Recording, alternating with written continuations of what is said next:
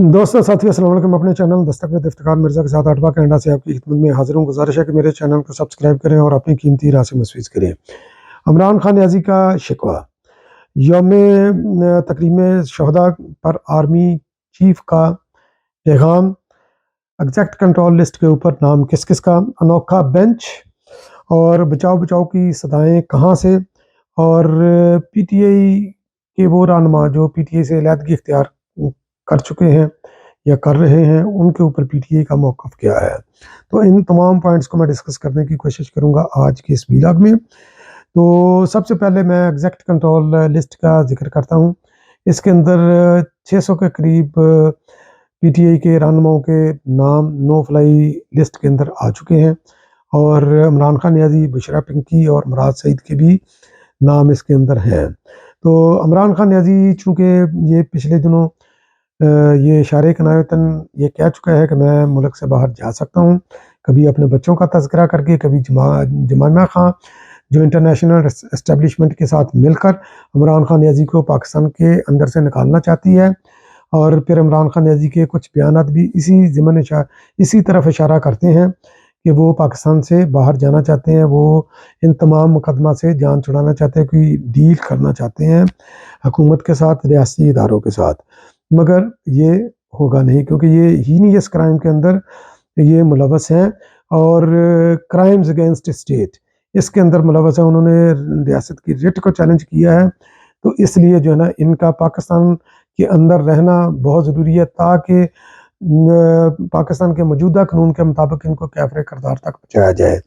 और इसी चीज़ का अयादा किया है जनाब चीफ ऑफ आर्मी स्टाफ ने यौम तकरीम शहदा की तकरीब से ख़िताब करते हुए। इस्लामाबाद पुलिस लाइन के अंदर ये तकरीब हुई, और उन्होंने अपने कंसर्न का इज़हार किया। उन्होंने बोला कि जनाब जिना हाउस, जो कि कोर कमांडर हाउस लाहौर भी है, उसको और शहदा की यादगारों को जो बेहरमती जो की गई, तो उनको ना तो कौम बुलाएगी, ना हम बुलाएंगे, ना हम भूलने देंगे, और जो जो करदार इसके अंदर मुलव्वस हैं उनको कैफरे करदार तक जो है ना ये पहुँचाया जाएगा, पाकिस्तान के लॉ के मुताबिक, पाकिस्तान के कानून के मुताबिक, आइन के मुताबिक उनको कटहरे में लाया जाएगा, ताकि जो उन्होंने बोया है वो काट सके। तो अभी आओ बका और बचाओ बचाओ की सदाएं इमरान खान न्याजी लगा रहा है, और यही बचाओ बचाओ की सदाएं लगाता हुआ वो पहुंचा है जाकर, दस्तक उसने दी है chief of army staff, chief justice साहब के दरवाजे के ऊपर, सुप्रीम कोर्ट के दरवाजे के ऊपर। एक तो वो 245 आर्टिकल के तहत जो फौज और रेंजर्स वगैरह बुलाई गई है उसको चैलेंज किया। उसके साथ साथ जनाब ऑडियो लीक्स का इंक्वायरी कमीशन को उसने चैलेंज किया। दूसरा, ये मुकदमात फ़ौजी अदालतों में, फ़ौजी एक्ट को बेसिकली उसने चैलेंज किया कि मुकदमा जो है ना ये फ़ौजी अदालतों के अंदर ना चलाए जाएँ। और उसके साथ साथ उन्होंने इस्तदा ये भी की कि जनाब 9 मई के वाक़यात के ऊपर अदालती कमीशन बनाया जाए। क्यों अदालती कमीशन बनाया जाए? क्योंकि इस वक्त ये मुख्तलिफ जीआईटी मुख्तलिफ जो है ना इसके ऊपर काम कर रही हैं, मुख्तलिफ एंगल्स के ऊपर आप उनके साथ कोऑपरेट करें, और अगर आपके कारकुनों ने ये काम किए हैं तो आप उनको ऑन करें, आप कि ये हमारी गलती की वजह से ये वारदातें हुई हैं।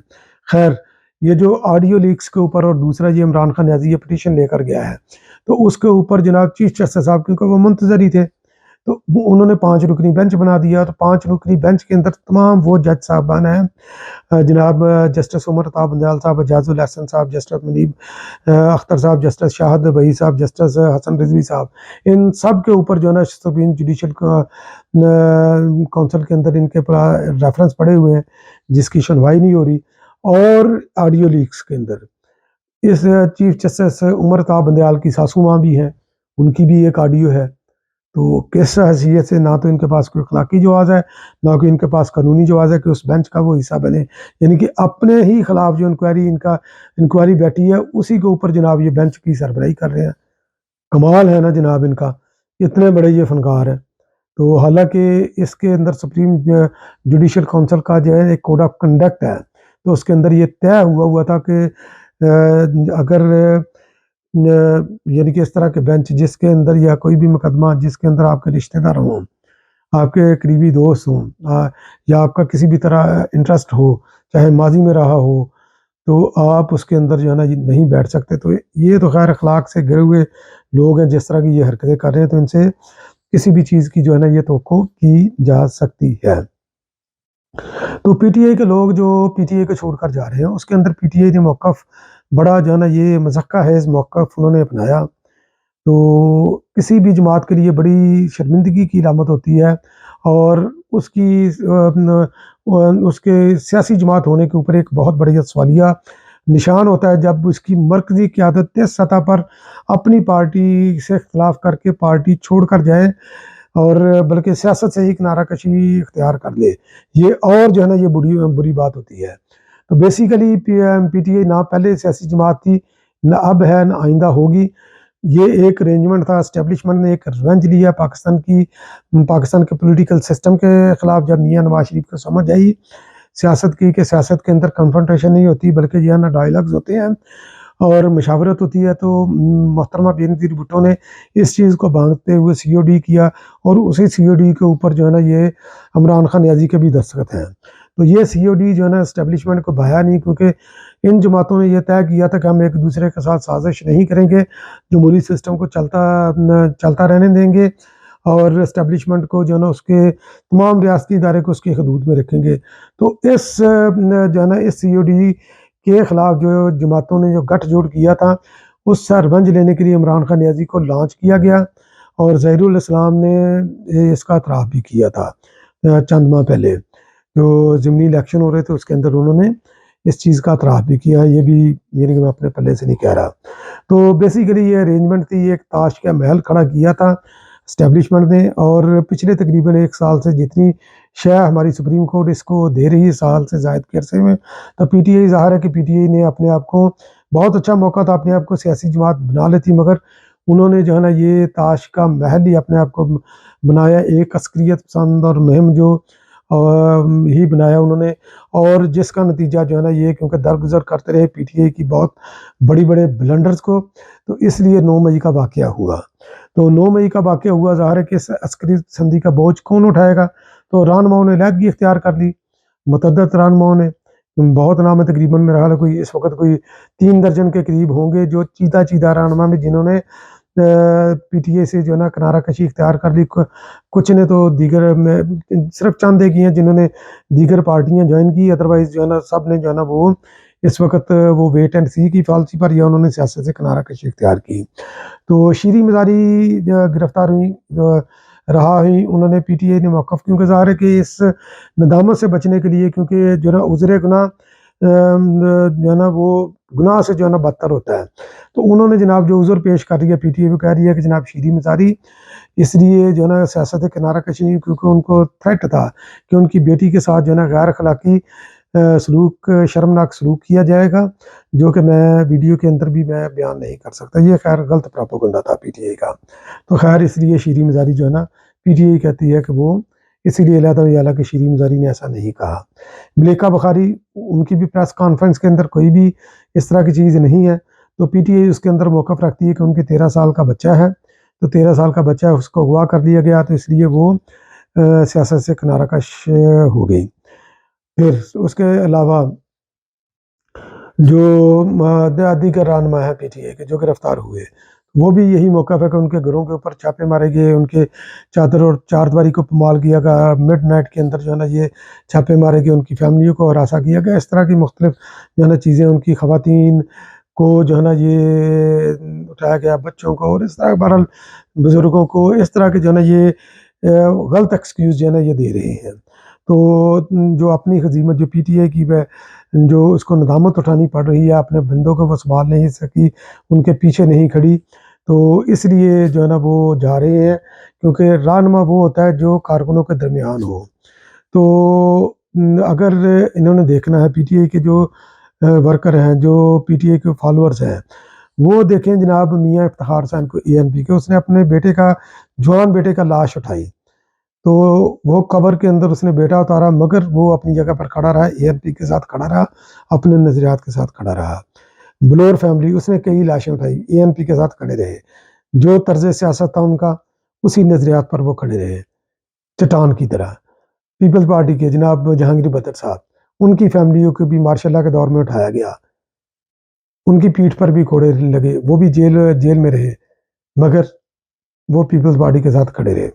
शाहताज भी, उन्होंने अपने भाई उस्मान गनी की लाश उठाई, खुद भी मुतअद्दिद बार उनका खून सड़कों पर बहा, लाठी चार्ज उन्होंने देखा, क्या कैदें काटी उन्होंने, तशद्दुद सहा उन्होंने, मगर पार्टी के साथ अब भी खड़ी हैं। बुजुर्ग रहनुमा हैं अर्जाक जरना, वो फांसी पर झूल गया, उसकी फैमिली पीपल्स पार्टी के साथ रही।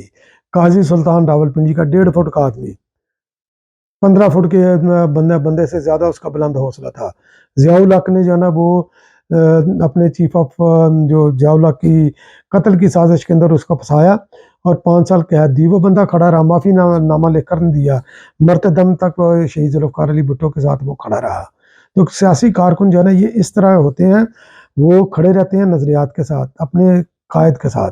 मोहतरमा बेनज़ीर भुट्टो 1992 में, ये गालिबन 19 अक्टूबर का वाक़या है, तो मियां नवाज शरीफ का दौर था, एक रैली के अंदर उनके ऊपर लाठी चार्ज हो गया। मोहतरमा बेनज़ीर भुट्टो भी पुलिस की लाठियों की जद में आ गई, उनको भी लाठियां लगी, वो उधर से हटी नहीं, भागी नहीं, गाड़ी में जाकर नहीं बैठी। कारकुनों ने आगे बढ़कर जब देखा कि हमारी कायद पुलिस की लाठियों की जद में है, उन्होंने घेरा डाल लिया। और कारकुनों ने जब उन्होंने देखा कि हमारी लीडर डटी है, खड़ी है, भागी नहीं है, तो उन्होंने खसार बनाया, अपनी पीठ के ऊपर कारकुनों ने लाठियां खाई, अपने सरों के ऊपर लाठियां खाई, उनका सर फटे, खून बहा उनका। मोहतरमा बेनज़ीर भुट्टो तक एक भी लाठी उन्होंने पहुंचने नहीं दी, क्योंकि वो कायद थी, कारकुनों के दरमियान थी। इमरान खान न्याजी एक भी कारकुन के पीछे नहीं गया, हस्पताल नहीं गया, जो जख्मी कारकुन है उसके, उनको ऑन नहीं कर रहा। जो वो क्लेम करता है कि ये बंदे इतने, जितने भी बंदे उनके वो हलाक हुए इस शर्मनाक वाक़े से, अस्करियत पसंदी से, इमरान खान न्याजी की दहशत गर्दी की वजह से, किसी का घर में नहीं गया, वो किसी के जनाजे में शरीक नहीं हुआ, तो लोग आपके पीछे क्यों चलेंगे? फिर इमरान खान न्याजी का शिकवा जो है ना ये बनता है, जो उसने शिकवा किया है वो भी मैं आगे चलकर बताता हूँ। तो इमरान खान न्याजी ने एक और लतीफ़ा जो है ना ये ठोका, क्योंकि लतीफ़े ठोकने के अंदर तो माहिर है। वो कहते हैं कि जो कारकुन जो जो पार्टी छोड़कर जा रहे हैं, उनकी बुनियादी रुकनीत मुअत्तल कर दी जाएगी। कुर्बान जाओ, वो बुनियादी रुकनीत मुअत्तल ही तो उन्होंने की है, उसी से तो वो मुस्तफ़ा हो रहे हैं। वो अपने ओहदों के साथ साथ बुनियादी रुकनीत भी छोड़ रहे हैं, वो सियासत से किनारा कश हो रहे हैं, पीटीआई से दूरी इख्तियार कर रहे हैं। तो आपने बुनियादी रुकनीत क्या उनकी मुअत्तल कर दी, ऐसे बड़ा लतीफ़ा क्या होगा? तो इमरान खान न्याजी का जो शिकवा, इमरान खान न्याजी का शिकवा उनकी अपनी वजह से ही है, जो मैंने पहले जिक्र किया। तो वो जनाब इमरान खान न्याजी शिकवा करते हैं कि ना मुझे लीडरशिप मिलती है, यानी कि इमरान खान न्याजी के बाद की जो लीडरशिप, ना मुझे लीडरशिप मिलती है, ना कारकुन मिलती है, मुझे समझ नहीं आती मैं किसके साथ रब्ता करूँ। तो जनाब ये तन्हाई का जोग आपने खुद लिया है। अगर आप अपने कारकुनों को, अपने लीडरों को सियासी दर्स देते, आप भी खुद सियासी इदारे के अंदर आते, तो इस वक्त लोगों का मजमा आपके गिर्द होता, आप एक अच्छी पार्टी के तौर पर पाकिस्तान के पॉलिटिकल सिनेरियो के अंदर मौजूद होते। ये तन्हाई आपने खुद जो है ना चूज़ की है, तो इसके ऊपर आप किसी के साथ शिकवा ना करें। बहुत बहुत शुक्रिया मेरा वीलॉग वॉच करने के लिए। इंशाल्लाह फिर किसी अगले वीलॉग में दोबारा हाजिर हूँगा, तब तक के लिए अल्लाह निगहबान।